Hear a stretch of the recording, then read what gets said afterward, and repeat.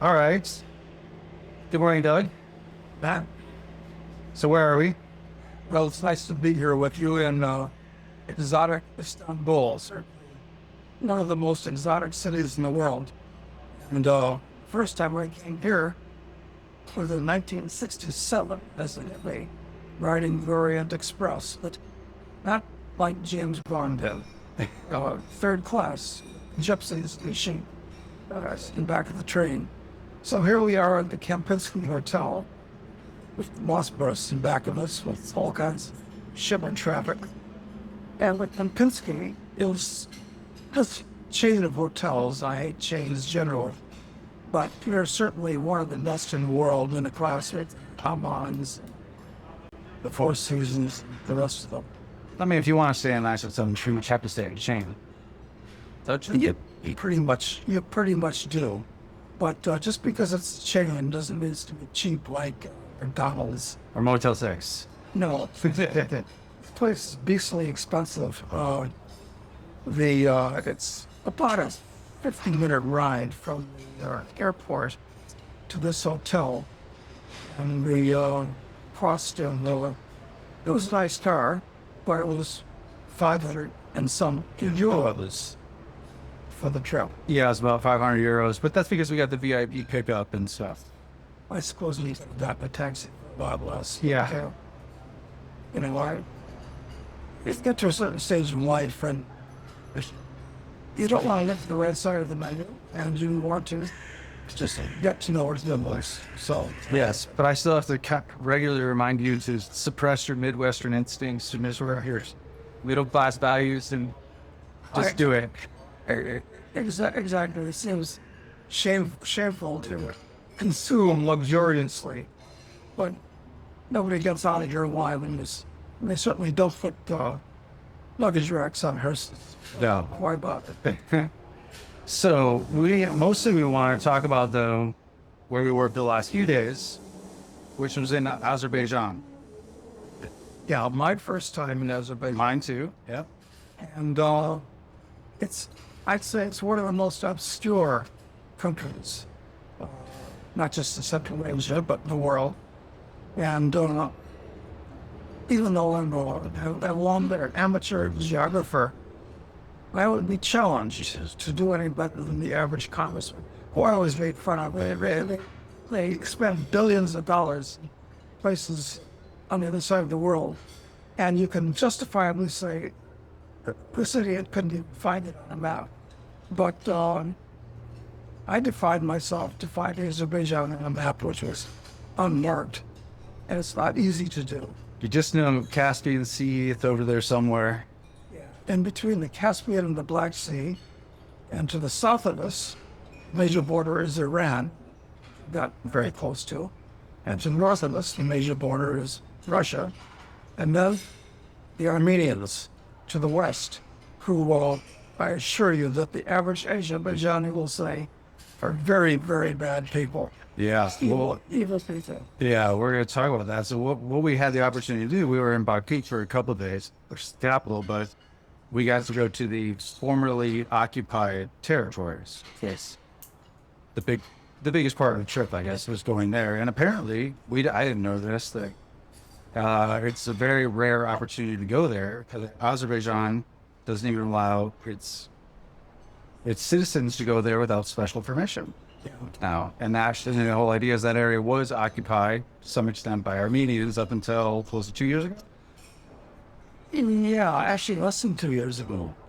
And the auspices of our being here are with a group called PTIC, the Extreme Traveler International Congress, which is run by an old friend of mine, Kolya Skori, who's a German, who believes in systematic travel.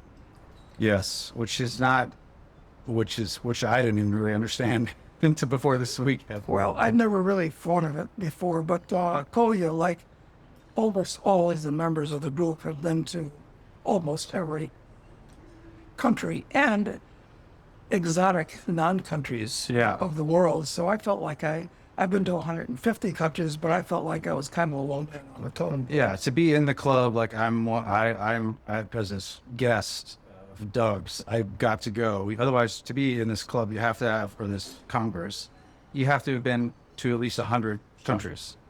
I've only been to 50 something, so I don't qualify. That's kind of a begrudging minimum for these guys. Like one of the guys on the trip with us had, You asked him how many countries have you been to? well, he'd been to every member of the United Yeah, Nations. he's like all of them. And another guy that was there had run marathons, 7 marathons on 7 continents in 7 days, including Antarctica. So they chartered a private jet to fly the marathon east to each of the 7 countries on the 7 continents to do that. And It's wild. all kinds of crazy stuff like that with these people. And Kolya, the founder of the club, well, his special interest is war zones. Yeah, Like he was in the Donbass a couple times. yeah.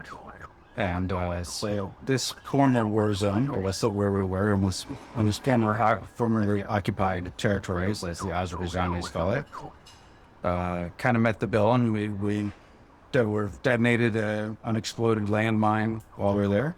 Yeah, that was a worthwhile experience. We were about 200 yards away, I'd say, Yeah.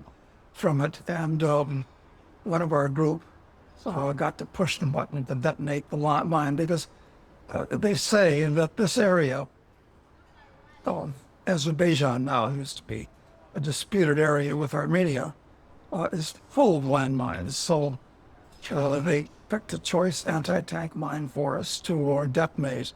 And it was a loud, sharp, shocking explosion. And Yeah, maybe I'll try and include that in the video. I have a good video of it, so maybe I'll slice it in so people can see it.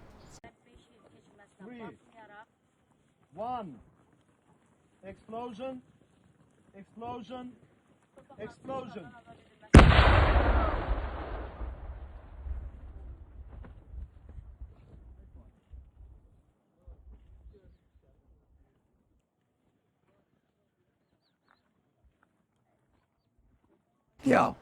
yeah, that'd be good. So in this most recent war between the Armenians and the Azerbaijanis, I don't know what they say because you can't believe the casualty figures from either side, but it's something like, was it 20,000 dead soldiers on each side or something like that? Something like that Yeah, is what they told us.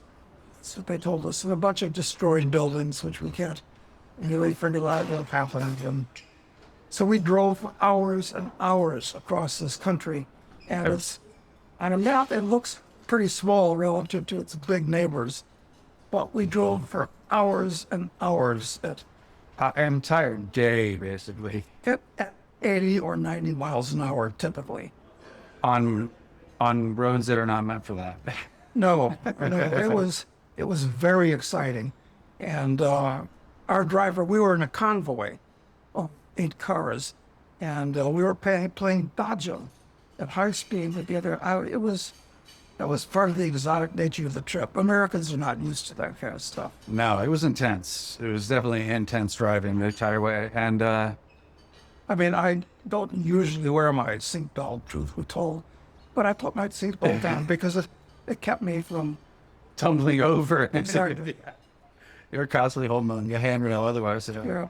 Yeah, it was intense. And so apparently the size of this territory was the size of Connecticut. To put it in perspective. And The newly acquired yes, part of Azerbaijan.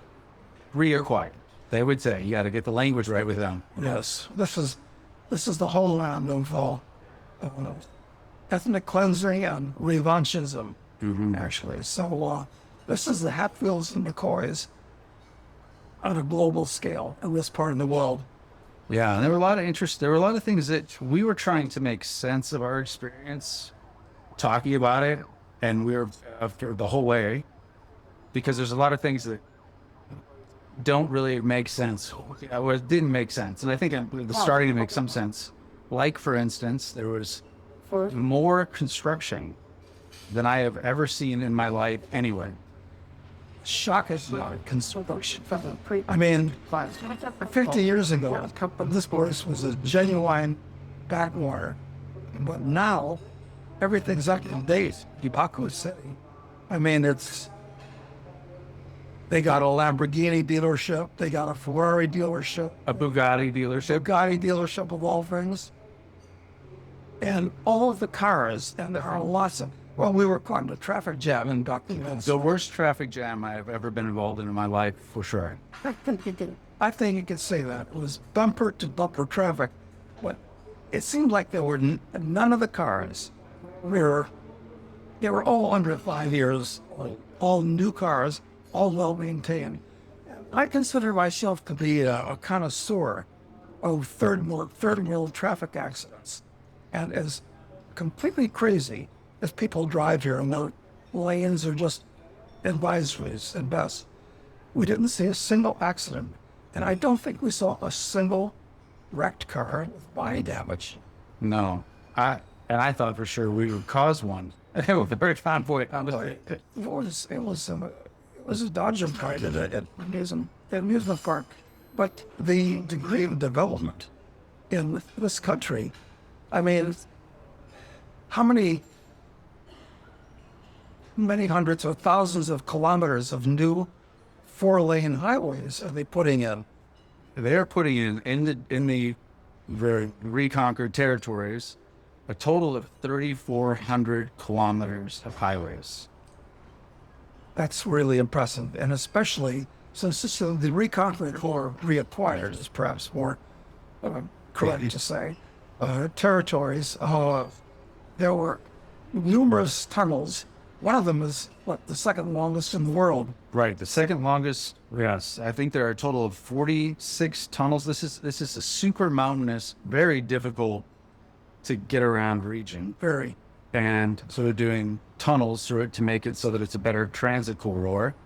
And I believe there are 45 tunnels in total that they're building. And the longest of those is 24 kilometers long. The second longest in the world. Yeah, it's really impressive. Well, that's just on the here and there or there in the region, because we then flew from Baku last night to Istanbul, which is a 3-hour flight. But it's between the super development in Baku and if you go, the first oil production in the world wasn't in Pennsylvania. It was actually here in Baku, Azerbaijan. And there's a very famous photo of the Caspian Sea with scores, maybe several hundred oil drills really out there. And the Caspian became ultra polluted with the old technology and so forth.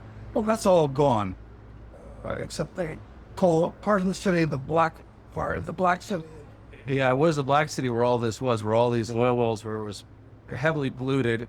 They completely leveled that whole area, and now they call it the white city. It's clean. Exactly. So, but this leads us to other things. It's that here is this very obscure country with only 10 million people, sandwiched between Iran, Russia, and their deadly enemy, Armenia. Of course, all these countries are deadly enemies of each other for historic Hatfield's and McCoy's reasons. But this place is developed. It's developed in a way that's shocking, and it's like the construction. We were able to drive on only a portion of this new highway system. Much of it we could just see from the old road that we were driving on. And you look down, and it was shocking to see, actually, it was brand new highways, these huge bridge spans going through these valleys, all the tunnels. But we were able to drive on part of it. They opened up part of it for us. We were driving the wrong way on it, because it was closed. And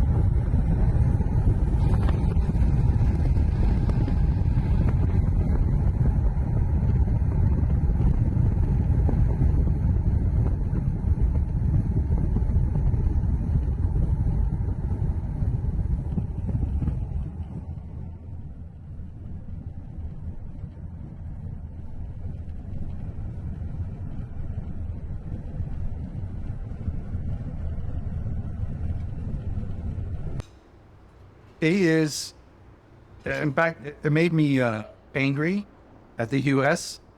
and the construction efforts there. Yeah. And, so I want to dig into where are they getting the money for this?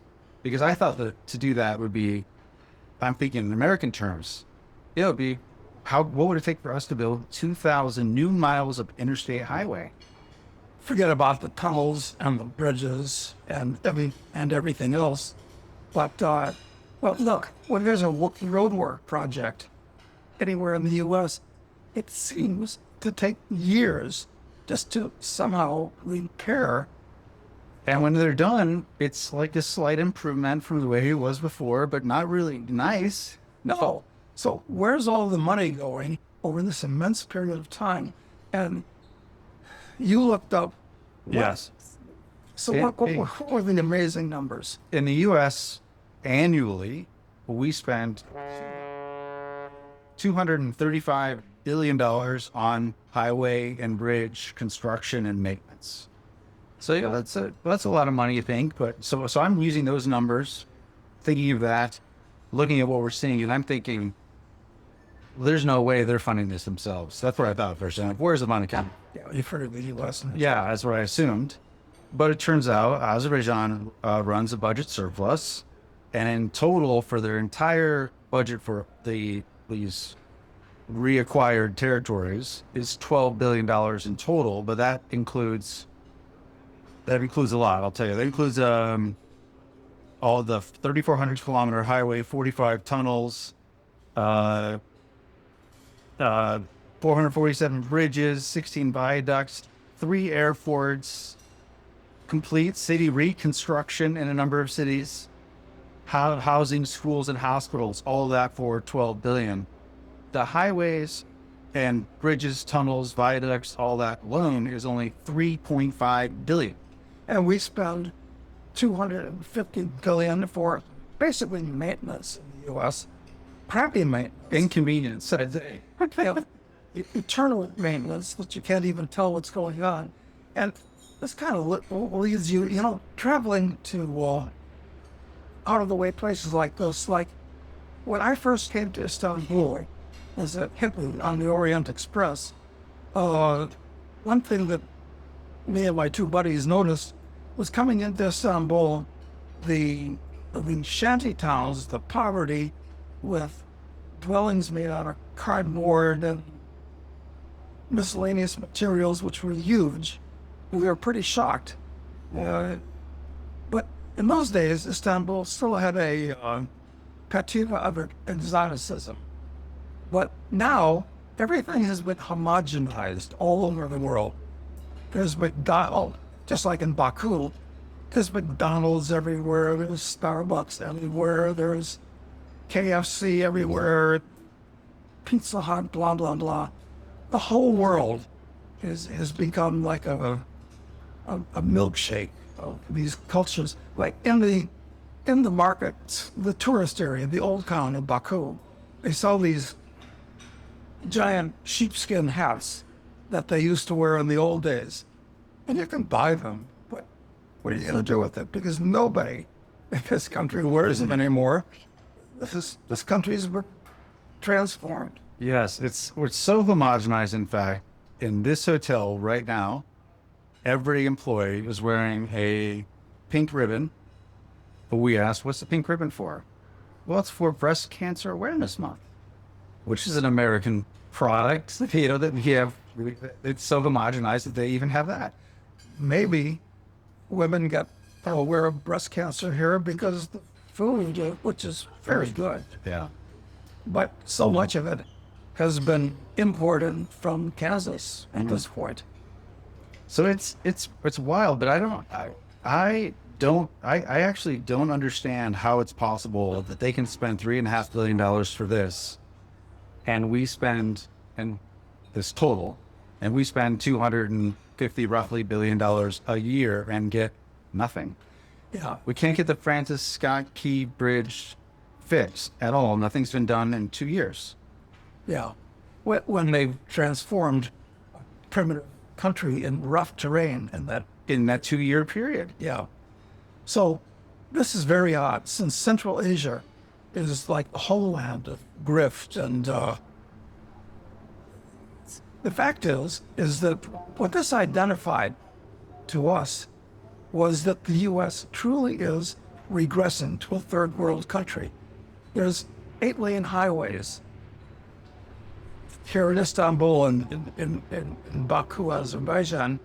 10 that rebuilt a new highway, and the old ones are falling apart, potholes. The U.S. is really, at the airports in the U.S. are all crappy. The airports we go through here are modern, efficient. Baku was beautiful. Beautiful. Small, like the Montevideo airport, but beautiful. And the one here in Istanbul is gigantic, but ultra efficient. Yeah, it's And beautiful. and it's to me it's just there is no explanation for how the money produces no results. I mean, because I understand you say, well, you think regulations. Okay, so take 20% for regulations. Sure. Take 20% for grafts. Of course. Take another half for whatever bullshit. Yeah. And still, where's the construction?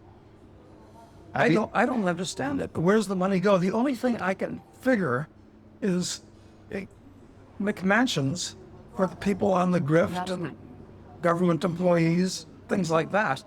Consumption. But I don't know. It's a mystery to me. But it seems like if we had $5 billion of Azerbaijani efforts in America, it would shock people. Yeah. I mean, the construction, we'd get big miracles that evolve. And you know what? We asked people about whether or not they were optimistic about the future. And they are. The Azerbaijanis are optimistic about the future. Why? I think it's because they look around them and they see progress. They see things being built. They see new things happening. Whereas you can't say that in America at all. Nothing seems to change. If it changes for the worse. Yeah. Azerbaijan is Freedom House and other similar organizations that monitor freedom of various types in the world all put Azerbaijan in the bottom 10%. From a freedom point of view, it's run by Aliyev, who's the son of his father, who was the first dictator after the Soviet Union fell. And I guess he'll have a son who might replace him. It's an authoritarian country, but it doesn't. And if I was told it was authoritarian, I wouldn't have known it. No. I wouldn't have known it. I mean, the only clue I got was when we learned that citizens were not allowed to go to the area we were going to. But the area that we went to, the actual reason that we went there with ETIC was that there's a new university being constructed there. And this is mildly embarrassing. I mean, but I was supposed to get an honorary degree from Garba University, which was only formed into 2023. And the physical plant was still building it, but it's going to be large and very impressive. And there are currently 2,000 students there. And we talked to a lot of the students. Yeah, we talked to lots of them. They all wanted pictures. It was actually a mob scene. I couldn't believe it. It turned out that I was a local celebrity. I didn't know what the hell. Who are these kids and why do they want pictures with a strange foreigner? But they all did, and they were personable, enthusiastic, polite. I mean, I was amazed because if we'd been on a campus on Columbia or Farnborough or any American universities, they would have been surly and it was quite shocking. So in the little speech that I gave, I mentioned to them that things are very different than the U.S. And I just hope that 4 years of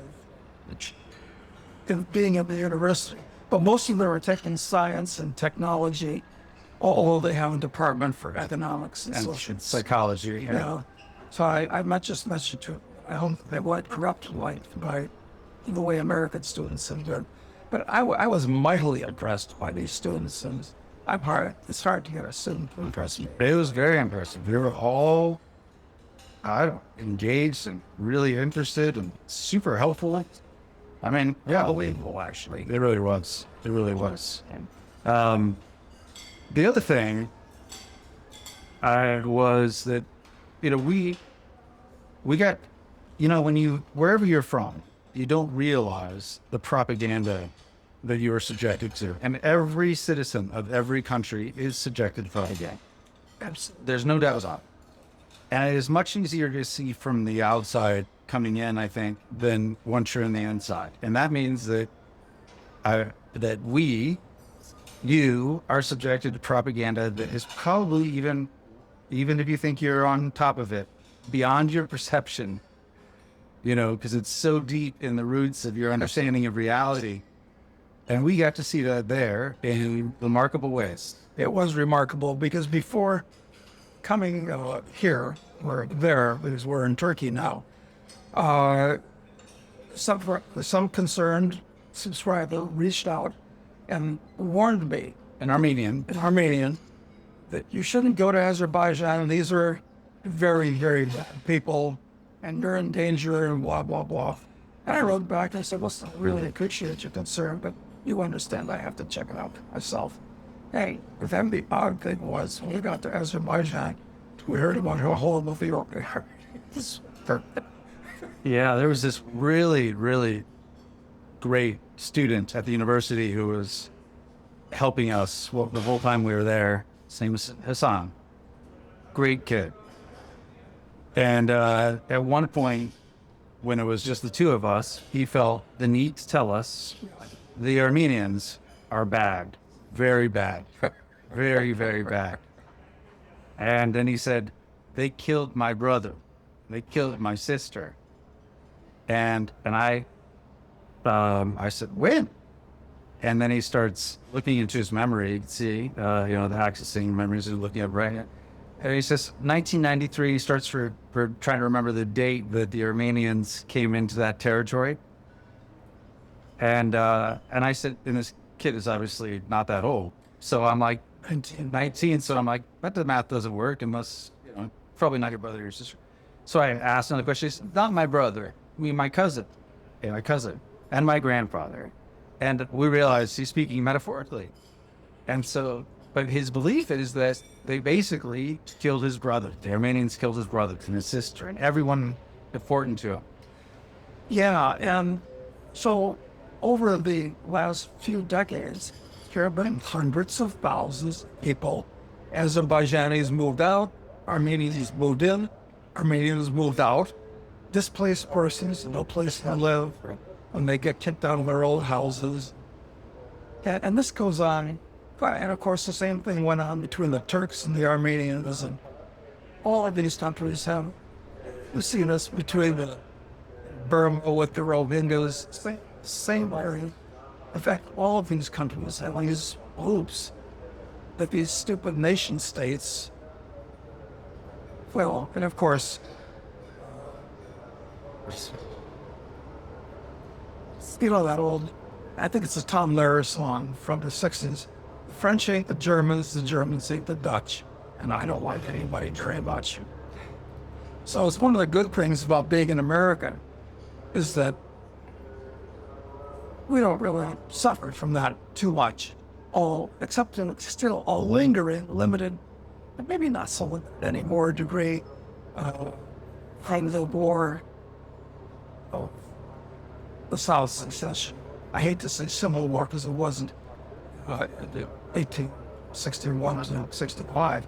But other than that, the U.S., of course, the U.S. is going to get into that, having imported large numbers of alien people. We're no longer a country with a unified, similar culture now. We're a multicultural domestic empire in the U.S. where subgroups to hate other groups because we're all rubbing at the common trough of money in Washington, D.C. So, of course, hey, these people are getting money I should have, or getting money that I'm paying for. So the U.S. is going downhill in lots of ways, physically and culturally. Yeah, one of the amazing things with this propaganda is that amongst this massive reconstruction effort that's happening all over the country, uh, they are taking great pains to make everything a memory of the victimhood that they had at the hands of the Armenians and their victory over them. Every park is like a memorial park, and Yeah, that's right. Remember this, and remember to hate the Armenians too. yeah, and they're building this new mosque in was it in Susha maybe, one of the towns, I can't recall which, the brand new like big opulent mosque that when seen from the air is shaped like a number 8 to remind, because that's the day that the territory was of the month that territory was liberated from the Armenians. I mean, everything is like that. Everything is a symbol of this victim, and conquering over your oppressor kind of stuff. And it's like the seed was planted for future conflicts. Yeah, and unfortunately, we're seeing, you know, relations between black people and white people in the U.S. I thought they were pretty good before Obama. I really did. They were. I mean, there's the stats on this that show one of the polling agencies does, how blacks, how do you consider race relations, whites, how do you consider, and it was basically pretty much peaked out in 2007. Yeah. So, okay, black people usually associated with other black people, whites, okay, so what? But now, it's look, like, what is that, Juneteenth or whatever that new official holiday is? Nobody ever heard about any of this stuff. Reparations, which is ridiculous. I mean, the best thing that ever happened to black people in Africa was it was tough, but when some of them were captured, mostly by Arabs and other black people, and sold off to be slaves, I mean, the average black person in the U.S. lives about 50 times better than the average black person who's distant relatives still trapped in Africa. So it's all artificial and made up to create hatred. Yeah, the Juneteenth is the equivalent of this memorial they had with 44 pillars and to represent the 44 days of the war where they recovered the territories. It's exactly that. It's like to put in this division in society. Manufacturing something that nobody had ever thought about or cared about before.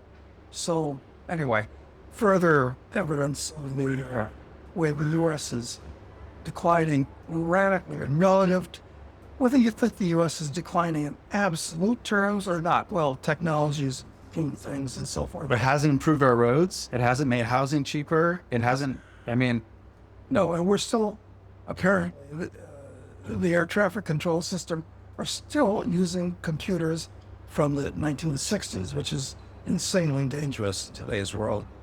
It is. So, But clearly, we're not using those kind of computers in the new airports here. no way. So you have to understand, as Americans, you've been completely fucked in a way I don't think you can actually grasp until you see this highway project. I always knew, but when I see what they did, how extraordinary what they did is, and it's not like, we knew the Chinese are doing these extraordinary infrastructure projects, and it's really cheap, and you go, well, it's China, so they've got the, cheap labor and whatever, and, they are very industrious people, and I could come up with all these rationalizations for why they could do something so much cheaper and faster and better, but I wouldn't have expected the same to be happening there. Here, or there in Azerbaijan. And the other odd thing is, of course, Azerbaijan, it is said, is the, of all Muslim majority countries, is the least radical, the least fundamental. And I certainly believe that because even in Baku, did not see many mosques. And there were a few women both to need with hijabs covering their faces. Yeah, but not many at all. Not many at all. And our driver, I asked them about this size. I said, have you made the Hajj? Which, of course, is one of the 5 pillars of Islam that you have to do to be a good Muslim, if possible. You have to make the Hajj. And he said that he made it, went to Saudi Arabia, and he described it to us, which is very interesting, his experiences. And but he said only about 5%, I presume, of the adult population of Azerbaijan had made the Hajj. And but it was mellow, and the fact that everybody here in Turkey and there were Mohammedan, it didn't impinge on us in any way. Not at all. But when they come to a Western country, they tend to group together. What's the difference to break? Especially when they're bringing in the lowest rungs of the ladders, of them. I think that's the issue more than anything else. Yeah, and they feel like they have to engage in jihad against these infidel foreigners around them. So it's just like any other group that, when you put them in a certain environment, they hang together. Although in normal circumstances, they will be just perfectly nice. Yeah. And one thing that was interesting and unexpected, I didn't know what to expect on the trip at all, but it became pretty clear that we were part of, not that we actively participated in it, an internal propaganda campaign. Yeah. We were tailed by, I don't know, is it the press? The media, that was unbelievable. The last day they had, for a little press conference that we had, I guess there were 4 or 5 of us at the table there, but they must have had 8 or 10 media cameras. But there were at least half a dozen that were following us around, even through these disputed areas. And I didn't notice them at first because they were like supposed to be behind. Yeah. And they'd move, and I didn't know what was happening. I wasn't sure where they were either. But one time we stopped, and I just sat in the car when everyone on the convoy got out, and I noticed these press come over, and they're taking pictures of all of us taking pictures. It was strange, and there are dozens of Azerbaijani news articles I've seen now. Oh, is that right? Yeah, I'll send it to you. Yeah. I mean, every day is a slow news day in Azerbaijan, actually. Just think we were front page stuff. Definitely were front page stuff. It's crazy. So it was interesting to see how that's done, and you can see there's the statements they were trying to get out of people, optimism about Azerbaijan, and they really wanted probably someone to say something really awful about Armenia, but I don't think that happened. No. But they got positive stuff about the country and foreigners' optimism for the country. Yeah, and there's good reason to be optimistic, because as I told him in my parting little presentation for the media, it's that this country can be more prosperous than Switzerland in a generation if you just do the right thing. It's like, for instance, have a gold currency and deregulate and the usual drug. That's what they heard about. It's unlikely for them to.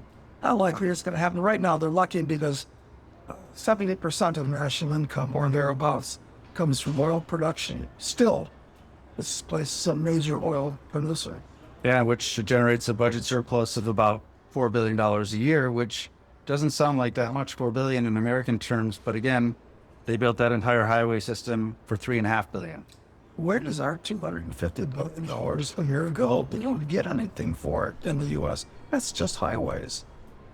Well, I'm sure they'll cure all this with Doge, which is disappearing as we speak. It's gone. Yes, nothing's happening. So, it's difficult to perceive when you're in the U.S. how bad it is compared to other places.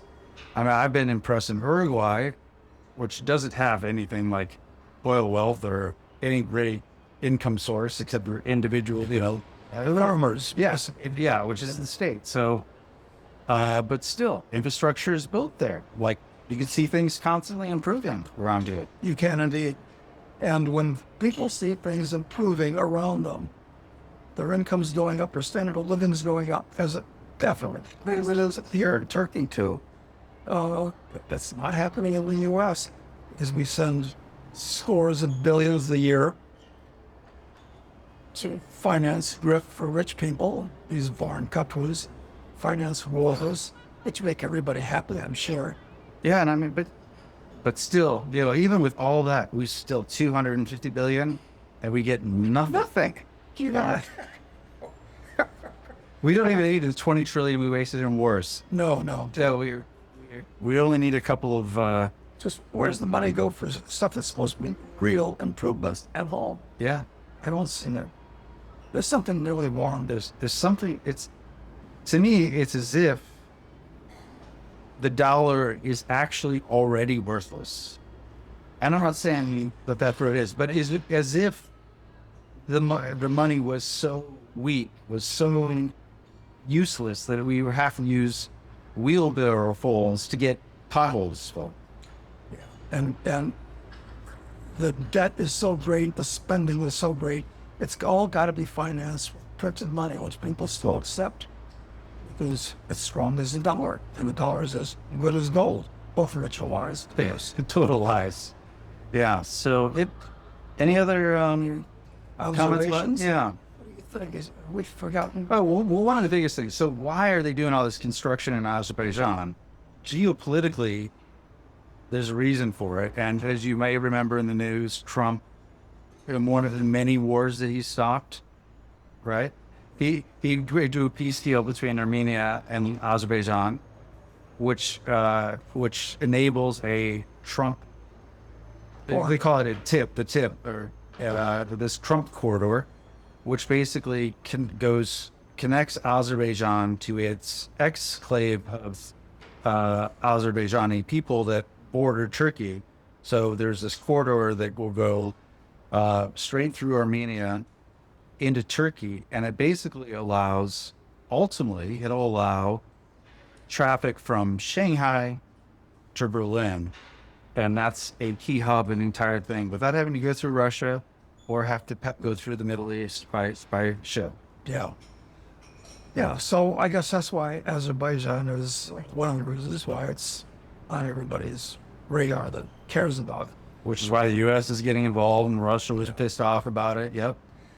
And it makes me wonder, Trump says he stopped all these wars, like between Rwanda, the Congo, and here in Armenia, and what others, I can't even remember. Certainly not between Russia and Ukraine. But the only way I can figure that the U.S. can stop these wars is either by really threatening people, which usually doesn't work too well when it comes to a war situation, or by paying on both sides, which is more likely, because there's lots more room for grift. Yeah, there's definitely it doesn't make sense that he would walk into a room and naturally be able to resolve, because clearly the grievance is still there. Yeah, absolutely. I think what both sides are thinking is, anything you want, Mr. Trump, just give me the money. And the money stops, the war is going to start again. Yeah, but if this does turn out to be that major crossroads, huge amount of traffic coming from Asia to Europe, then, if the countries collect a little toll on that, I mean, they get out of the gigantic amounts of money. It's a good idea. Well, I hope it works out, because I love being in this part of the world, actually. And this Istanbul's always been, it's still homogenized as it is. It's still different. It's a nice change. But And it's a deeply historic case. it is. Yeah. So I mentioned it to an Armenian friend of mine, and he said, "You mean Constantinople?" Right. Actually, Byzantium, but let's not quibble about semantics. Yeah. So, anyway, yeah, it's nice to be here, but increasingly, for a lot of reasons, I figure I've just traveled out. Because traveling today is, well, it's going downhill in many ways, from recent times when. But you got to admit, though, this was a pretty hard travel experience as they go. But I've kind of been there and done. I know. Seeing the same damn thing. And every country's got a McDonald's now, which is a big problem if you really like to travel for exoticism. Yeah. Well, there weren't any McDonald's in the disputed territory yet. Well, let's eliminate two. So yeah, it's probably in the building plant. If 12 billion, there's enough room for McDonald's or two. Yeah. So, yeah, it was been a very interesting trip. For me, the biggest thing was you get to see, because people always talk about Central Asia as being important for this trade.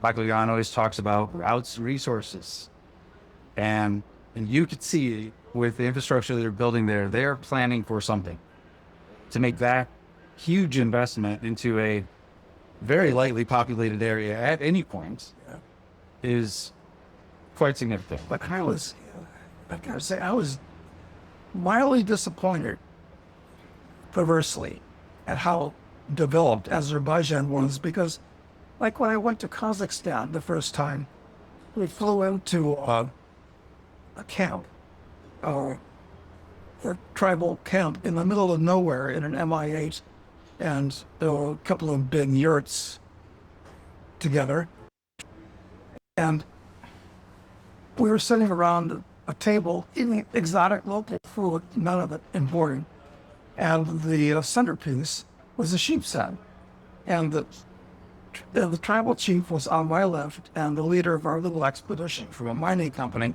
was I was on the tribal chief's right, and the mining leader of our was on his left. And the sheep's head gets passed around clockwise. So I'm so glad that it wasn't reversed, because the pièce de résistance from the sheep's head is the eyeball. And Thankfully, it was gone by the time we got to you. well, yeah, I was so glad that, that kind of stuff doesn't happen so much anymore. No. It doesn't.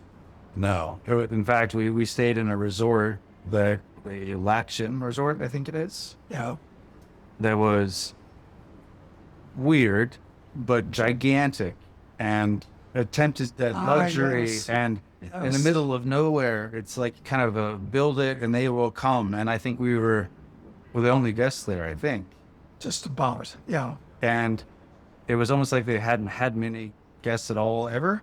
Yeah. It's like they had money to spend, but why didn't you know how to do a hotel properly? Yeah. And definitely a build it and they will come. Yeah. So, and I mean, could go into the details of how to run a proper hotel, even if you've got money. But if you're not sophisticated enough to have the taste to run it the way a proper hotel like this one should be. Yeah. Exactly. So come to Istanbul. If you don't mind dropping a lot of money, stay at the Kempinski. It's absolutely refrigerated. All right. Great. Thanks, Doug. Appreciate it. Thanks.